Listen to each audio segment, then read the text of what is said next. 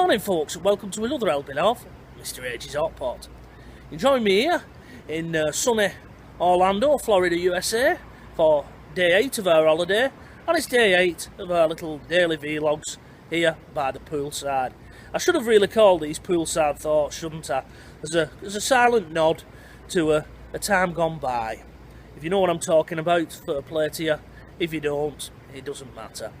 Anyway, day 8, sadly, Hot Potters, marks the midway point of this particular holiday, or vacation as they call them here in the US.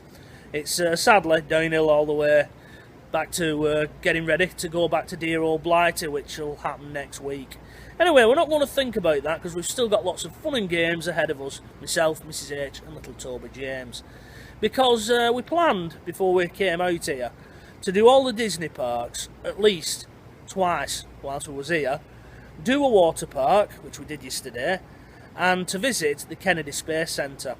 Now, I've always wanted to visit there, Hot Potters, but I thought about it while we've been out here, and when Mrs H asked when do you want to do it, I thought, Toby's not really going to get anything out of it, he's too young, and Mrs H isn't into the old space thing, she doesn't find it exciting whatsoever, so rather than drag them two around, I said, let's just do an extra day in Disney Park.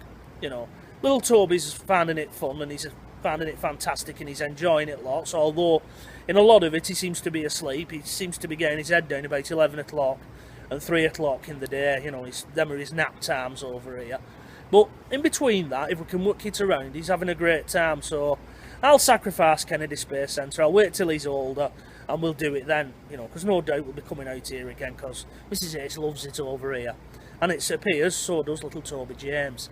So we're not going to be doing Kennedy Space Centre Hot Potters whilst I'm over here. So I'm a bit sad about that, but I don't mind sacrificing it for the sake of Toby.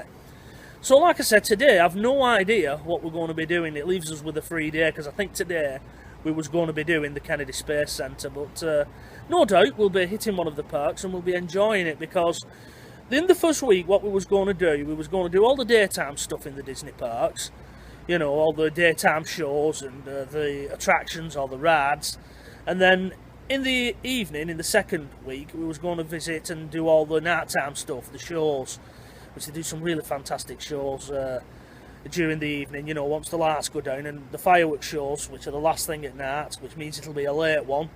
Those are the things that we want to do in the second week. So yesterday we hit Typhoon Lagoon, which was the water park, or one of the water parks here in Disney. And unfortunately, Mr H got a bit of water in his ear hole. Mrs H was playing around, she was squirting me and Toby with this little hose, and she got me right in the lug hole. And to be honest, I'm a bit mutt and Jeff in it this morning, Hot Potters. I hope I don't get an infection with it, you know, because what you have to think is all that water park and all them people who are bobbing about in it, and nobody ever seems to want to go to the toilet, do they, in a water park?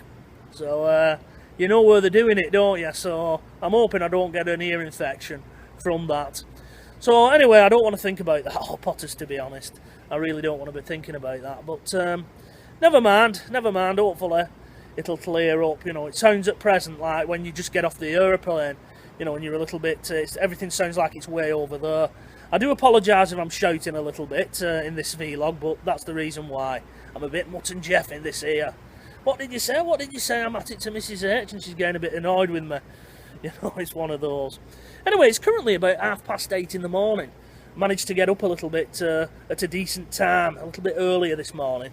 Not just so I can get my free brekkie, Hot Potters, but because we've been to the water park and we got back to the hotel about 2 o'clock.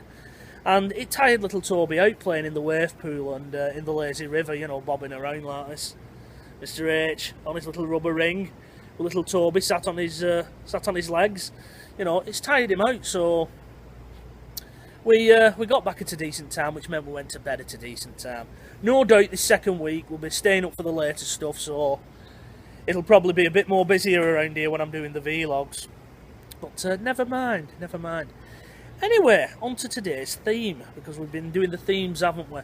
And seeing as I'm not going to go to the Kennedy Space Centre, I think we'll make it that themed, and at least I've got a little bit of the Kennedy Space Centre in on this vacation, so to speak.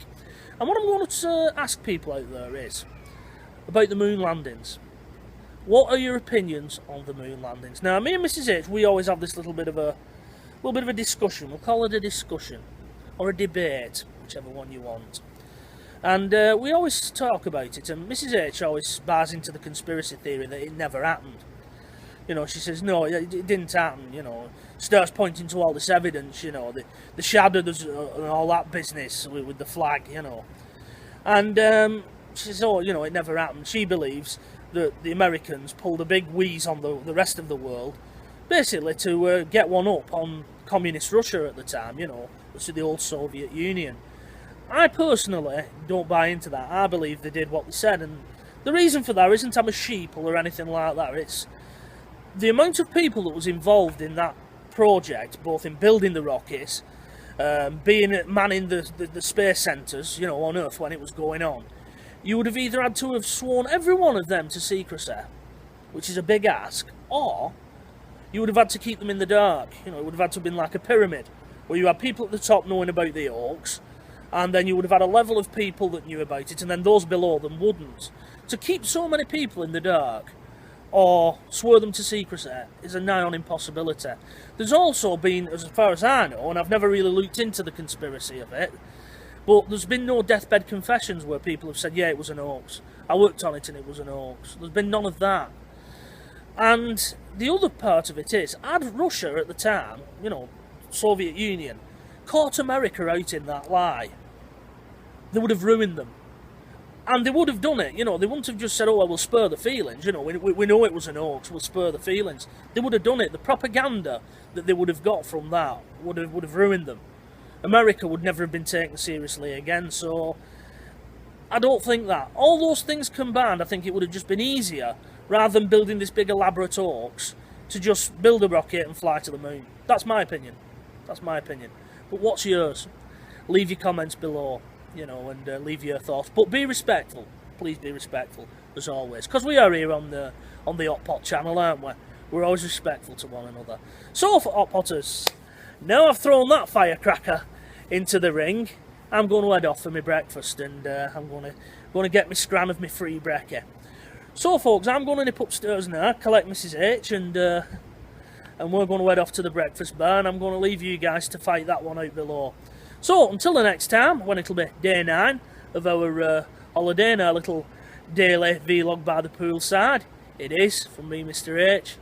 Bye-bye for now.